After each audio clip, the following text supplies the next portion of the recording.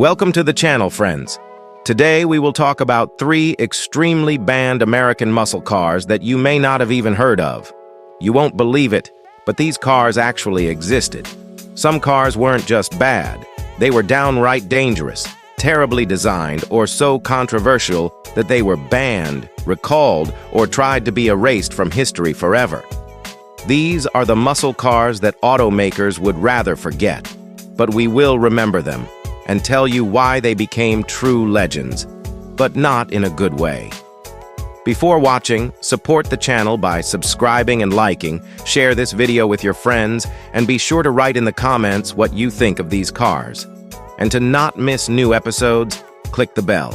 Thank you for your support, and let's go. Number 3, 1971.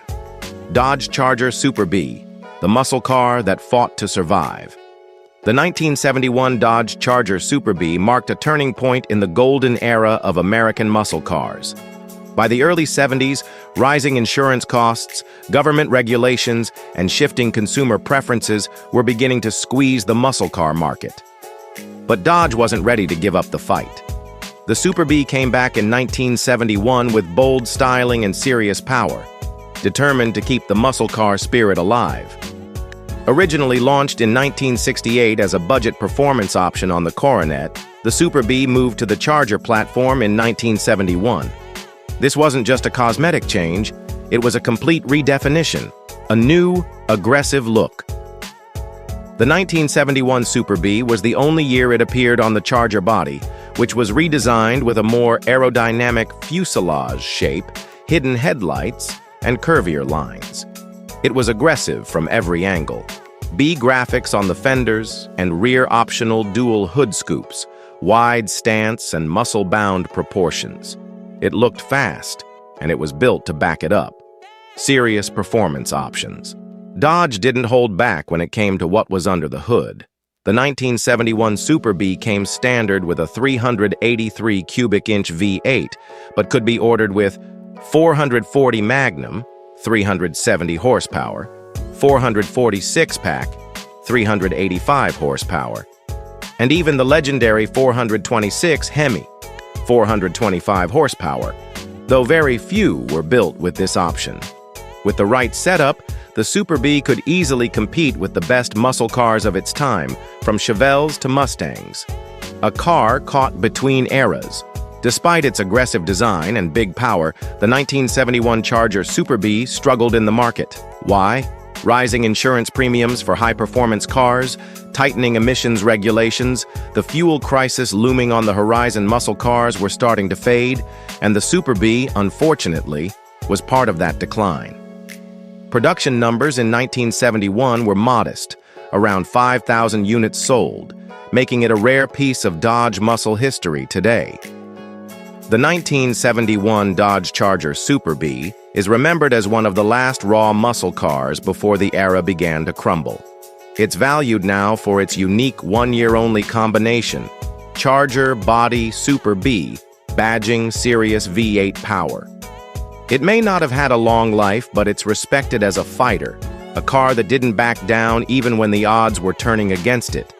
Today, the 71 Super Bee stands tall as an underappreciated legend in Dodge's muscle car lineage.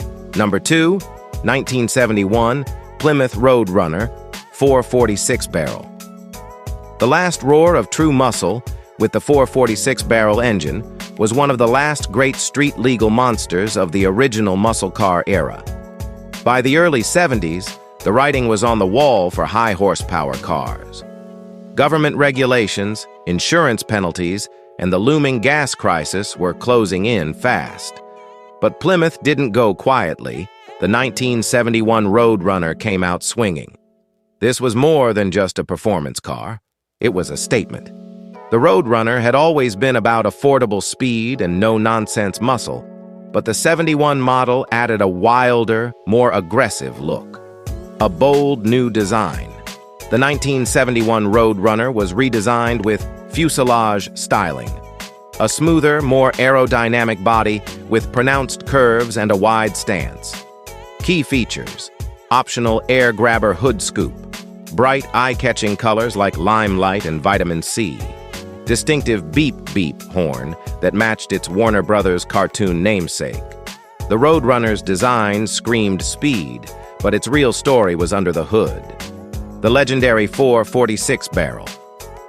The top performance option in 1971 was the 440 cubic inch V8 with the 6-barrel setup, 3 2-barrel carburetors, producing 385 horsepower and 490 pound-feet of torque. Paired with a heavy-duty 4-speed manual transmission or a 3-speed torque-flight automatic, the 446 barrel made the Roadrunner a serious street contender. Despite its hefty weight, the 446 barrel could run 0 to 60 miles per hour in under 6 seconds, hit quarter-mile times in the low 14-second range, easily outrun many of its rivals if properly equipped. The 426 Hemi was technically the top dog, but the 446 barrel was far more common and almost as brutal in real-world driving. A muscle car at the end of an era. Unfortunately, 1971 marked the beginning of the end for muscle cars. Stricter emissions controls, rising insurance rates, lower compression ratios, starting the following year. All of these factors quickly crushed the performance scene. The 446 barrel option was discontinued after 1971, making this version of the Roadrunner one of the last true high-compression, factory-built muscle cars. Number 1. 1969 Chevrolet Camaro ZL1. The 1969 Chevrolet Camaro ZL1 is one of the rarest, most powerful, and most legendary muscle cars ever built. It wasn't just a special edition, it was practically a secret weapon. With only 69 units produced, this car wasn't made for the average driver. It was built for drag racers and die-hard speed enthusiasts who wanted factory-built domination. A special purpose. The ZL1 wasn't originally part of Chevrolet's showroom plan. It came to life thanks to Chevy's COPO program, Central Office Production Order, which allowed dealers to special order cars with non-standard parts. Fred Gibb Chevrolet, a dealer in Illinois, saw the potential of pairing the lightweight Camaro with the all-aluminum ZL1427 cubic-inch big block V8, an engine originally developed for Can-Am racing. This wasn't just any engine, all-aluminum construction, significantly lighter than the typical iron block 427 factory rated at 430 horsepower, but real output was closer to 500 horsepower, built for racing, but sold to the public unbelievable performance. The ZL1 Camaro was capable of 0 to 60 miles per hour in around 5 seconds and quarter-mile times in the low 13s, right off the showroom floor. Numbers that were absolutely staggering in 1969. It came with heavy-duty suspension, upgraded brakes, reinforced drivetrain, optional 4-speed manual or turbo 400 automatic. This was not a street cruiser. It was a street-legal drag car straight from Chevrolet. Why it wasn't a commercial success. Despite its raw power, the ZL1 Camaro was incredibly expensive for its time, costing nearly double the price of a base Camaro. Many dealers struggled to sell them. Some cars reportedly sat on lots until deep discounts made them affordable. Chevy only built 69 units in total, making it one of the rarest muscle cars ever made.